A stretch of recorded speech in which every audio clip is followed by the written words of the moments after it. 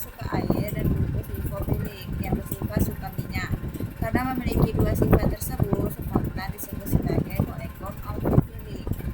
Struktur ini memungkinkan surfaktan untuk menurunkan tegangan permukaan dan membantu proses kelarutan zat yang suka larut dalam air. Ketika berada di dalam larutan, surfaktan akan mengorientasikan dirinya dengan bagian hidrofilik ke arah air dan bagian lipofilik ke arah zat nonpolar.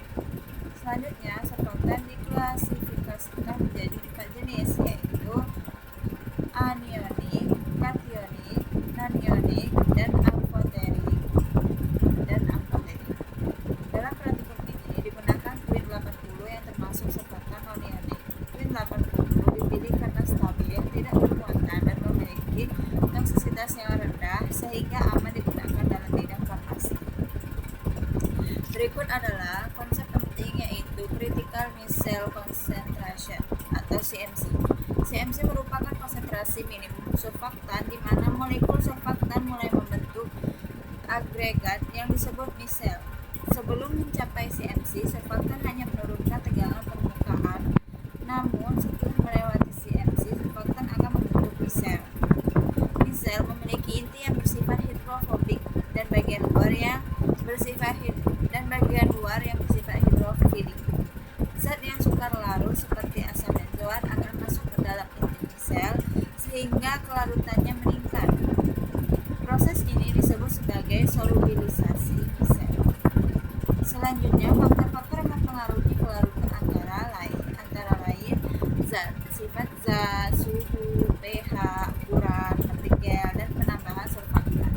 Prinsip yang digunakan adalah like dissolve first like.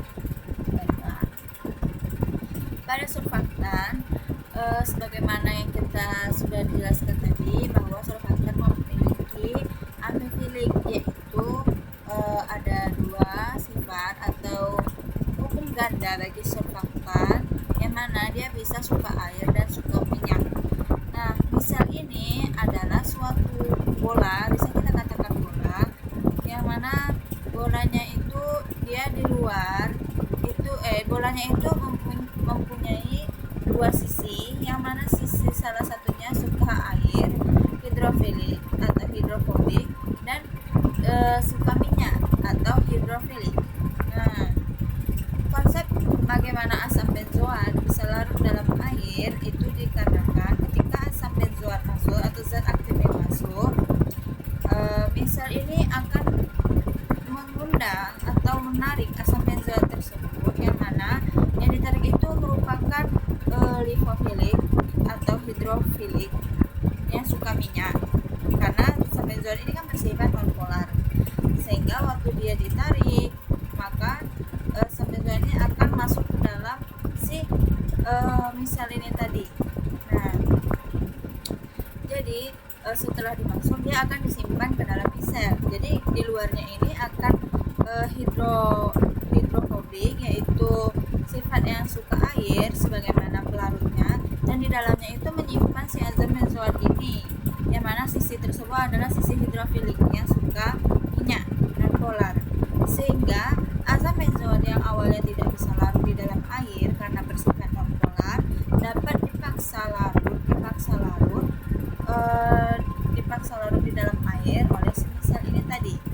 Oleh karena itulah prasurfaktan itu penting dalam menaikkan kelarutan suatu senyawa obat yang sukar larut.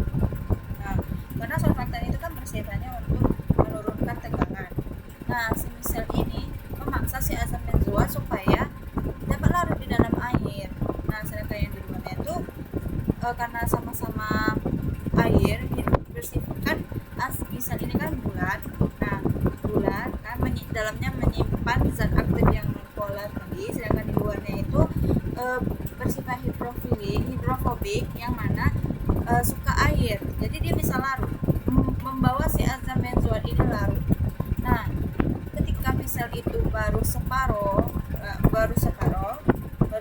melingkupi si asam benzoat ini tadi, dia dapat larut. Tapi bukan berarti tingkat kelarutan itu konstan. Ketika tingkat kelarutan itu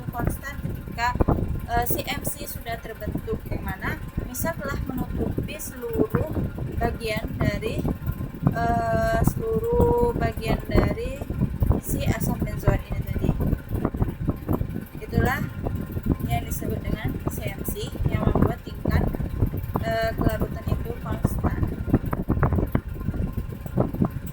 sehingga dapat larut.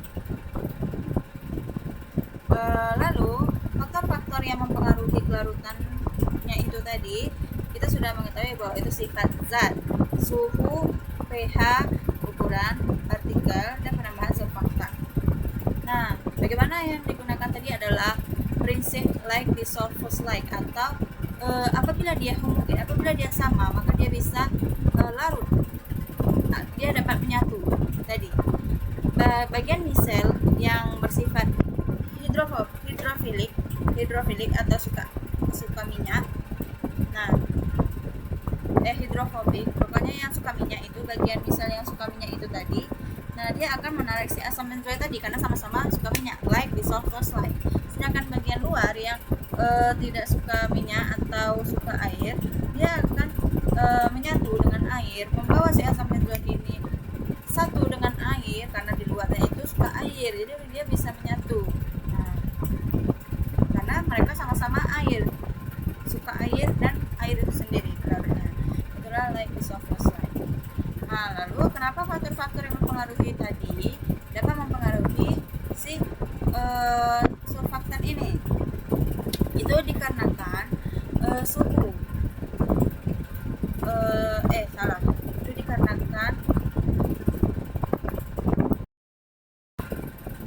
Itu dikarenakan yang pertama sifat zat terlarut dan pelarut. Faktor yang paling utama adalah sifat kimia dari zat dan pelarutnya.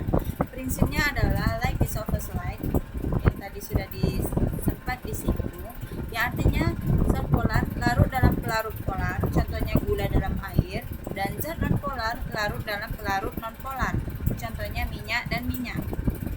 Kalau tidak sesuai, zat akan sulit larut, seperti asam benzoat yang cenderung non-polar sehingga sukar larut dalam air. Oleh karena itu dibutuhkan oleh surfaktan menyatukan mereka. Yang kedua adalah suhu. Suhu mempengaruhi energi gerak partikel. Untuk zat padat dalam cairan, kenaikan suhu biasanya meningkatkan kelarutan. Lalu, karena partikel bergerak lebih cepat dan lebih mudah berinteraksi dengan pelarut, itu dikatakan karena partikel bergerak lebih cepat dan lebih mudah berinteraksi dengan pelarut. pH atau derajat keasaman sangat berpengaruh untuk asam atau basa lemak, karena asam lemak seperti asam benzoat lebih larut dalam suasana basah, sedangkan basa lemak lebih larut dalam suasana asam. Ini terjadi karena ionisasi yang membuat zat lebih mudah larut dalam air.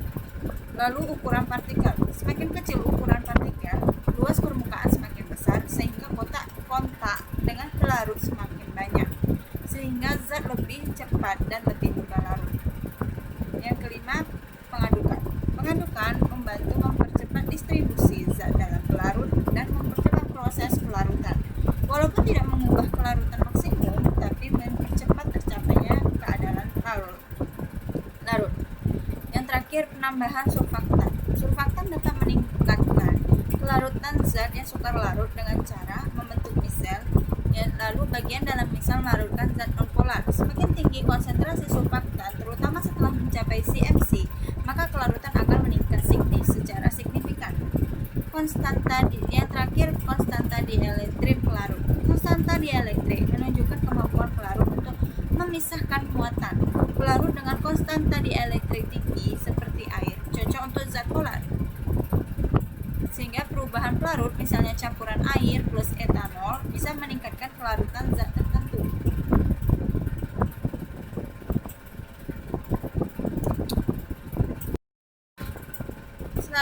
Selanjutnya, kembali lagi kepada asam benzoat. Asam benzoat tergolong sukar larut dalam air karena memiliki cincin benzena yang bersifat non-polar. Oleh karena itu diperlukanlah surfaktan ini untuk meningkatkan kelarutannya. Kemudian, perbedaan antara solubilitas dan emulsi. Solubilisasi menghasilkan larutan jernih dan merupakan satu fase, sedangkan emulsi merupakan sistem dua fase yang tampak keruh. Variasi konsentrasi surfaktan bertujuan adalah untuk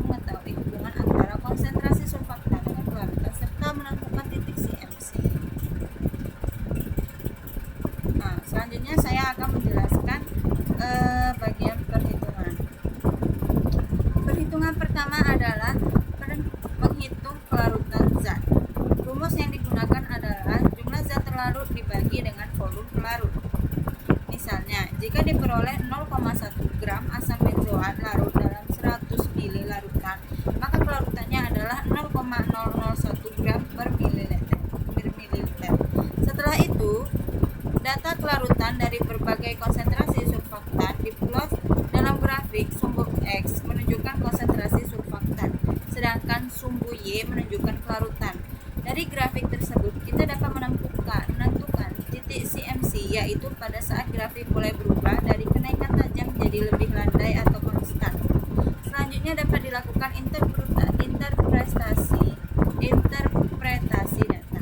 Jika kelarutan meningkat seiring kenaikan konsentrasi surfaktan, berarti surfaktan bekerja efektif setelah melewati CMC. Peningkatan kelarutan biasanya lebih signifikan karena terbentuk misel. Selain itu, kita juga dapat menghitung perubahan kelarutan atau peningkatan kelarutan dengan membandingkan nilai sebelum dan sesudah penambahan surfaktan. Dalam praktikum ini, hasil menunjukkan bahwa semakin tinggi konsentrasi twin 80, maka kelarutan asam benzoat semakin meningkat. Hal ini sesuai dengan teori bahwa surfaktan dapat meningkatkan kelarutan melalui pembentukan misel. Konsep ini sangat penting dalam bidang farmasi, terutama dalam formulasi obat yang memiliki kelarutan rendah. Dengan adanya surfaktan, bioavailabilitas obat dapat ditingkatkan. Sebagai kesimpulan, surfaktan memiliki peran penting dalam meningkatkan kelarutan zat sukar larut. Twin 80 sebagai surfaktan non-ionik mampu membentuk misel yang menginkorporasi zat hidrofobik seperti asam benzoat ke dalam inti misel. Sedangkan semakin tinggi konsentrasi surfaktan hingga melewati CMC, maka kelarutan zat akan